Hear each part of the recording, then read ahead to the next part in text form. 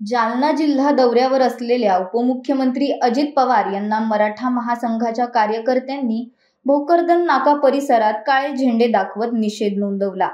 संतोष देशमुख आणि सोमनाथ सूर्यवंशी हत्या प्रकरणातील आरोपींवर कठोर कारवाईची मागणी करत कार्यकर्त्यांनी हा विरोध दर्शवला। पवार हे एका रुग्णालयाच्या उद्घाटनासाठी जात असताना हा प्रकार घडला।